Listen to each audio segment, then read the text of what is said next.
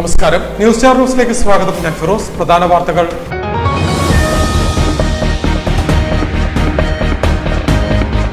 തദ്ദേശ സ്വയംഭരണ സ്ഥാപനങ്ങളിലേക്കുള്ള തെരഞ്ഞെടുപ്പ് കാഹളം മുടങ്ങിയതോടെ പത്രികാ സമർപ്പണവും ആവേശത്തിലായി. വിവിധ പാർട്ടികളുടെ സ്ഥാനാർത്ഥികൾ പ്രകടനമായി എത്തിയാണ് പത്രിക സമർപ്പിച്ചത്.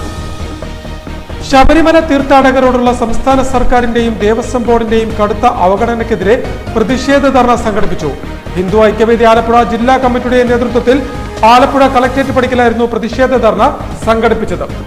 ജില്ലാ കോടതി പാലത്തിന് സമീപം സ്ഥിതി ചെയ്തിരുന്ന നഗരസഭാ ലൈബ്രറിയുടെ ശോചനീയാവസ്ഥ പരിഹരിച്ച് യഥാസ്ഥാനത്ത് തന്നെ ലൈബ്രറിയുടെ പ്രവർത്തനം തുടരണമെന്ന് വായനക്കാരുടെ ആവശ്യം ശക്തമാകുന്നു. ശബരിമല സ്വർണ്ണക്കടത്തുമായി ബന്ധപ്പെട്ട് രാഷ്ട്രീയ ഇടപെടൽ ഉണ്ടായിട്ടുണ്ടെന്ന് BJP സംസ്ഥാന അധ്യക്ഷൻ രാജീവ് ചന്ദ്രശേഖർ. മാധ്യമപ്രവർത്തകരുടെ ചോദ്യങ്ങൾക്ക് മറുപടി പറയുകയായിരുന്നു BJP സംസ്ഥാന അധ്യക്ഷൻ. വാർത്തകൾ വിശദമായി. തദ്ദേശ സ്വയംഭരണ സ്ഥാപനങ്ങളിലേക്കുള്ള തെരഞ്ഞെടുപ്പ് കാഹളം മുഴങ്ങിയതോടെ പത്രികാ സമർപ്പണവും ആവേശത്തിലായി. വിവിധ പാർട്ടികളുടെ സ്ഥാനാർത്ഥികൾ പ്രകടനമായി എത്തിയാണ് പത്രിക സമർപ്പിച്ചത്. ന്യൂസ് സ്റ്റാർ ന്യൂസ് തയ്യാറാക്കിയ പ്രത്യേക റിപ്പോർട്ടിലേക്ക്. തദ്ദേശ സ്വയംഭരണ സ്ഥാപനങ്ങളിലേക്കുള്ള തെരഞ്ഞെടുപ്പിന് കാഹളം മുഴങ്ങിയതോടെ സ്ഥാനാർത്ഥികളുടെ നാമനിർദ്ദേശ പത്രികാ സമർപ്പണവും വേഗത്തിലായി. ആലപ്പുഴ നഗരസഭയിലെ 28 മുതൽ 53 വരെയുള്ള വാർഡുകളിലെ നാമനിർദ്ദേശ പത്രിക നഗരസഭാ ഡെപ്യൂട്ടി സെക്രട്ടറി മുൻപാകെയാണ് സ്ഥാനാർത്ഥികൾ സമർപ്പിക്കുന്നത്. ബഹുഭൂരിപക്ഷം സ്ഥാനാർത്ഥികളും കാൽനട പ്രകടനമായി തങ്ങളുടെ പാർട്ടി പ്രവർത്തകരും അണികളോടുമൊത്ത് ശതാബ്ദി മന്ദിരത്തിലെത്തിയാണ് പത്രിക സമർപ്പിച്ചത്. വിവിധ വാർഡുകളിലെ സ്ഥാനാർത്ഥികളിൽ മിക്കവരും പത്രിക സമർപ്പിക്കാനായി മന്ദിരത്തിലെത്തിയതോടെ ഉത്സവ പ്രതീതിയായിരുന്നു നഗരസഭാ ശതാബ്ദി മന്ദിരത്തിൽ. വിജയിച്ചു വരും എന്ന ശുഭപ്രതീക്ഷ കൈവിടാതെയാണ് ഓരോ സ്ഥാനാർത്ഥികളും വ്യാഴാഴ്ച പത്രിക സമർപ്പിച്ചത്. മുൻ നഗരസഭാ അധ്യക്ഷയടക്കം വെള്ളിയാഴ്ചയാണ് പത്രിക സമർപ്പിക്കുന്നത്. News Star news, Alappuzha. Sabarimala തീർത്ഥാടകരോടുള്ള സംസ്ഥാന സർക്കാരിന്റെയും ദേവസ്വം ബോർഡിന്റെയും കടുത്ത അവഗണനയ്ക്കെതിരെ പ്രതിഷേധ ധർണ സംഘടിപ്പിച്ചു. ഹിന്ദു ഐക്യവേദി ആലപ്പുഴ ജില്ലാ കമ്മിറ്റിയുടെ ആഭിമുഖ്യത്തിൽ ആലപ്പുഴ കളക്ടറേറ്റ് പടിക്കലായിരുന്നു പ്രതിഷേധ ധർണ സംഘടിപ്പിച്ചത്. ശബരിമല തീർത്ഥാടകരോടുള്ള സംസ്ഥാന സർക്കാരിന്റെയും ദേവസ്വം ബോർഡിന്റെയും കടുത്ത അവഗണനയ്ക്കെതിരെ പ്രതിഷേധ ധർണ സംഘടിപ്പിച്ചു. ഹിന്ദു ഐക്യവേദി ആലപ്പുഴ ജില്ലാ കമ്മിറ്റിയുടെ ആഭിമുഖ്യത്തിൽ ആലപ്പുഴ കളക്ടറേറ്റ് പടിക്കലായിരുന്നു പ്രതിഷേധ ധർണ സംഘടിപ്പിച്ചത്. ഹിന്ദു ഐക്യവേദി സംസ്ഥാന സെക്രട്ടറി CN ജിനു പ്രതിഷേധ ധർണ ഉദ്ഘാടനം ചെയ്തു.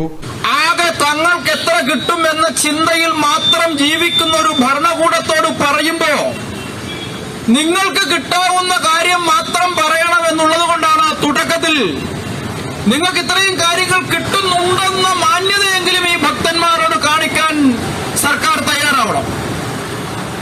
ഇപ്പൊ വളരെ വിചിത്രമായ ചില വാദങ്ങൾ ചില ചാനലുകളെ ഒക്കെ വിലക്കെടുത്ത് പറയുകയാണ്. അവർ പറയുന്നത് ഇലക്ഷൻ കമ്മീഷന്റെ ഇടപെടലുകൾ ഉള്ളതുകൊണ്ട് ദേവസ്വം മന്ത്രിക്ക് ഇടപെടാൻ പറ്റാത്തതുകൊണ്ടാണ്. ഇലക്ഷൻ പ്രഖ്യാപിച്ചത് എന്നാണ്? ഇലക്ഷൻ പ്രഖ്യാപിച്ചിട്ട് എത്ര ദിവസമായി? പക്ഷേ ഇത്രയും കാലം നിങ്ങളുടെ ഈ ഭരണ സംവിധാനം ദേവസ്വം ബോർഡും അനുയായികളും മന്ത്രിവർഗങ്ങളും ബോർഡ് അംഗങ്ങളും ഉൾപ്പെടെയുള്ള ആളുകൾ ഈ കാര്യങ്ങളിൽ മുഴുവൻ അനുഭവിച്ച് ആസ്വദിച്ച ജീവിതം കൊണ്ടാടുമ്പോ ശബരിമല തീർത്ഥാടനം ഇങ്ങ് വന്നെത്തിയെന്ന് തിരിച്ചറിയാനുള്ള ബോധ്യം നിങ്ങൾക്കില്ലായിരുന്നുവോ? ഹിന്ദു ഐക്യവേദി ആലപ്പുഴ ജില്ലാ പ്രസിഡന്റ് N രാധാകൃഷ്ണ പണിക്കർ ധർണയിൽ അധ്യക്ഷത വഹിച്ചു. ഐക്യവേദി സംസ്ഥാന സമിതി അംഗം M പ്രഗൽഭൻ മുഖ്യ പ്രഭാഷണം നടത്തി. ഹിന്ദു ഐക്യവേദി ആലപ്പുഴ ജില്ലാ ജനറൽ സെക്രട്ടറി S ചന്ദ്രശേഖരൻ ധർണയ്ക്ക് സ്വാഗതവും ജില്ലാ സെക്രട്ടറി TN ജയപ്രകാശ് നന്ദിയും പറഞ്ഞു. VHP ജില്ലാ സംഘടനാ സെക്രട്ടറി ഉദയകുമാർ പള്ളാത്തുരുത്തി, ജില്ലാ ട്രഷറർ ഹരിഹരൻ പിള്ള, സൂര്യകുമാർ, KJ കാർണവർ, ഈശ്വരൻ നമ്പൂതിരി, ഇന്ദ്രസേനൻ, PM മിനി എന്നിവർ സംസാരിച്ചു. ശബരിമല തീർത്ഥാടകരോടുള്ള സംസ്ഥാന സർക്കാരിന്റെയും ദേവസ്വം ബോർഡിന്റെയും സമീപനം തിരുത്തിയില്ല എങ്കിൽ ശക്തമായ സമരപരിപാടികളുമായി സംഘടന ഭാവിയിൽ മുന്നോട്ടു പോകുമെന്നും ഭാരവാഹികൾ കൂട്ടിച്ചേർത്തു. ജില്ലാ കോടതി പാലത്തിന് സമീപം സ്ഥിതി ചെയ്തിരുന്ന നഗരസഭാ ലൈബ്രറിയുടെ ശോചനീയാവസ്ഥ പരിഹരിച്ച് യഥാസ്ഥാനത്ത് തന്നെ ലൈബ്രറിയുടെ പ്രവർത്തനം തുടരണമെന്ന് വായനക്കാരുടെ ആവശ്യം ശക്തമാകുന്നു.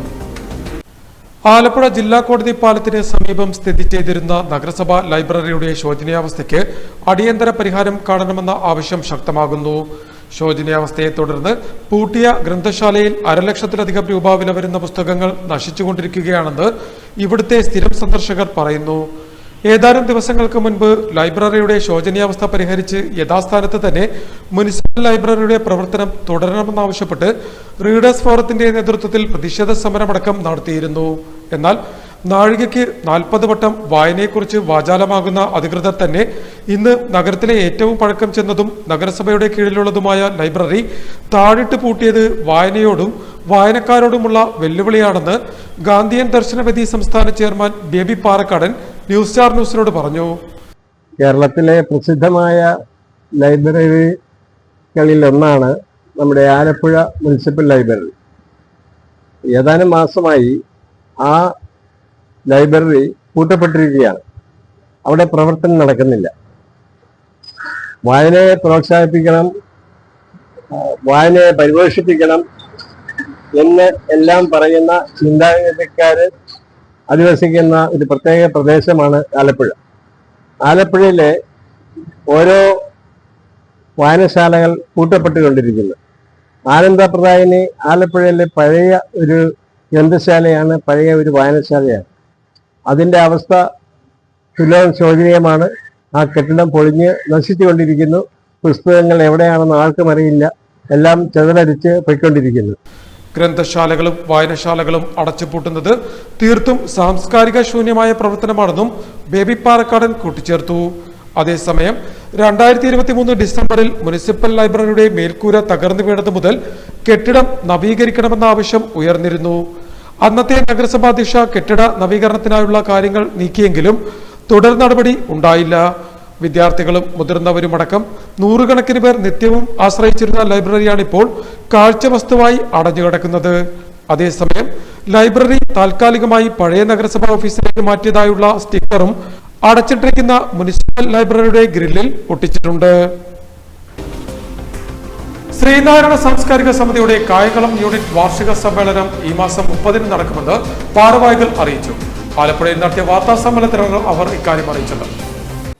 ശ്രീനാരായണ സാംസ്കാരിക സമിതി 80-ൽ രജിസ്റ്റർ ചെയ്തതിന് ശേഷം എല്ലാ ജില്ലകളിലും, കേരളത്തിലെ 14 ജില്ലകളിലും അതിന് ജില്ലാ ഘടകങ്ങളുണ്ട്, താലൂക്കുകളിൽ താലൂക്ക് ഘടകങ്ങളുണ്ട്, അതിന് താഴെ ഗ്രാമ ഘടകങ്ങളുണ്ട്. അപ്പോൾ ഈ 4 തട്ടിലാണ് ഇത് പ്രവർത്തിച്ചു വരുന്നത്. കേരളത്തിൻ്റെ പല ഭാഗങ്ങളിലും സമിതിക്ക് വിദ്യാഭ്യാസ സ്ഥാപനങ്ങൾ സ്വന്തമായിട്ടുണ്ട്.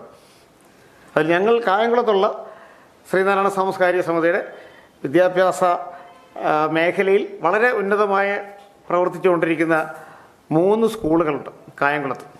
വാർഷിക സമ്മേളനം ഉദ്ഘാടനം ചെയ്യുന്നത് ഞങ്ങളുടെ സംസ്ഥാന പ്രസിഡന്റ് രതീഷ് ജെ ബാബു. അദ്ദേഹം കോട്ടയം സ്വദേശിയാണ്.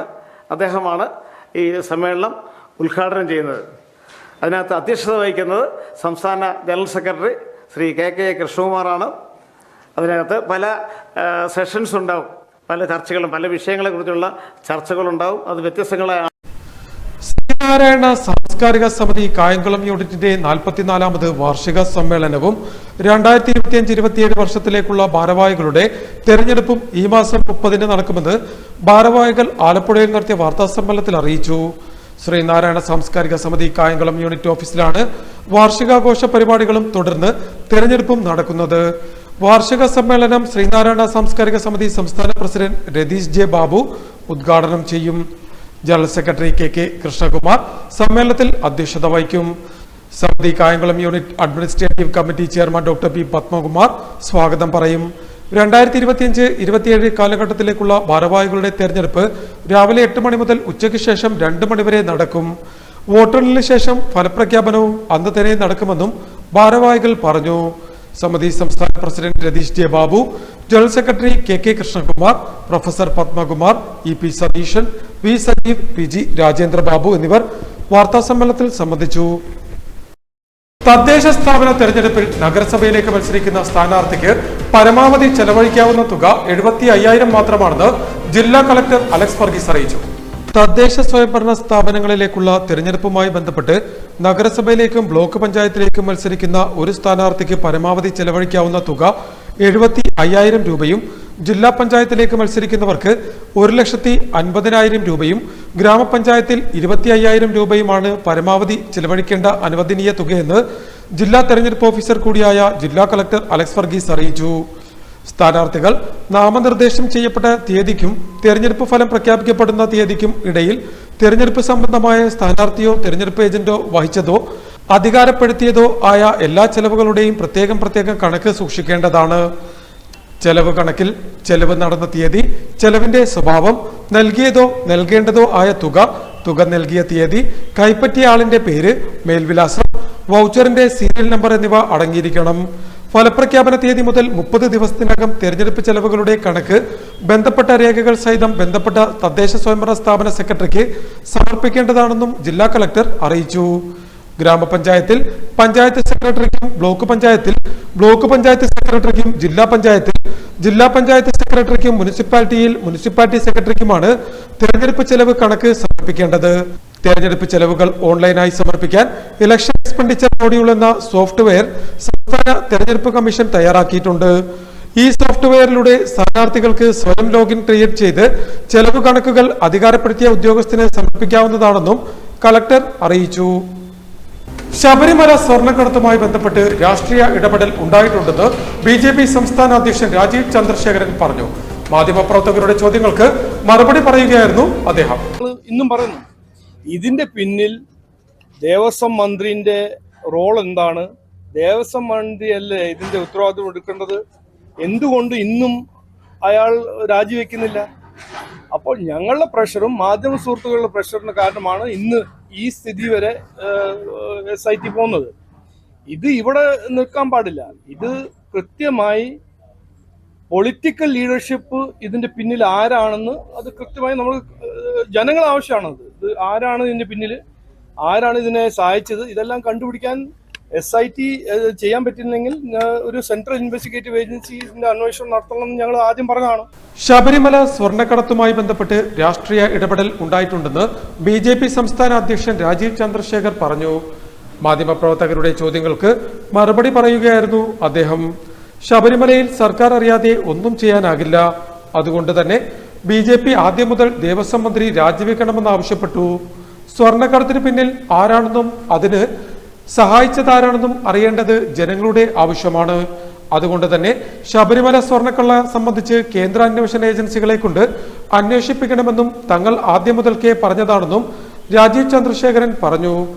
BJP സംസ്ഥാന ജനറൽ സെക്രട്ടറി ശോഭാ സുരേന്ദ്രൻ, ജില്ലാ പ്രസിഡന്റ് അഡ്വക്കേറ്റ് M. ബിനോയ്, മുൻ ജില്ലാ president MV Gopakumar, N. Hari, ജില്ലാ സെക്രട്ടറി വിമൽ രവീന്ദ്രൻ എന്നിവരും BJP സംസ്ഥാന അധ്യക്ഷൻ രാജീവ് ചന്ദ്രശേഖരനൊപ്പം ഉണ്ടായിരുന്നു.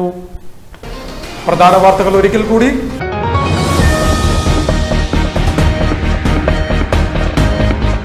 തദ്ദേശ സ്വയംഭരണ സ്ഥാപനങ്ങളിലേക്കുള്ള തെരഞ്ഞെടുപ്പ് കാഹളം മുഴങ്ങിയതോടെ പത്രികാ സമർപ്പണവും ആവേശത്തിലായി. വിവിധ പാർട്ടികളുടെ സ്ഥാനാർത്ഥികൾ പ്രകടനമായി എത്തിയാണ് പത്രിക സമർപ്പിച്ചത്. ശബരിമല തീർത്ഥാടകരോടുള്ള സംസ്ഥാന സർക്കാരിന്റെയും ദേവസ്വം ബോർഡിന്റെയും കടുത്ത അവഗണനയ്ക്കെതിരെ പ്രതിഷേധ ധർണ സംഘടിപ്പിച്ചു. ഹിന്ദു ഐക്യവേദി ആലപ്പുഴ ജില്ലാ കമ്മിറ്റിയുടെ നേതൃത്വത്തിൽ ആലപ്പുഴ കളക്ടറേറ്റ് പടിക്കലായിരുന്നു പ്രതിഷേധ ധർണ സംഘടിപ്പിച്ചത്. ജില്ലാ കോടതി പാലത്തിന് സമീപം സ്ഥിതി ചെയ്തിരുന്ന നഗരസഭാ ലൈബ്രറിയുടെ ശോചനീയാവസ്ഥ പരിഹരിച്ച് യഥാസ്ഥാനത്ത് തന്നെ ലൈബ്രറിയുടെ പ്രവർത്തനം തുടരണമെന്ന് വായനക്കാരുടെ ആവശ്യം ശക്തമാകുന്നു. ശബരിമല സ്വർണ്ണക്കടത്തുമായി ബന്ധപ്പെട്ട് രാഷ്ട്രീയ ഇടപെടൽ ഉണ്ടായിട്ടുണ്ടെന്ന് BJP സംസ്ഥാന അധ്യക്ഷൻ രാജീവ് ചന്ദ്രശേഖർ. മാധ്യമപ്രവർത്തകരുടെ ചോദ്യങ്ങൾക്ക് മറുപടി പറയുകയായിരുന്നു BJP സംസ്ഥാന അധ്യക്ഷൻ. ഇതോടെ വാർത്തകൾ കഴിഞ്ഞു. നമസ്കാരം.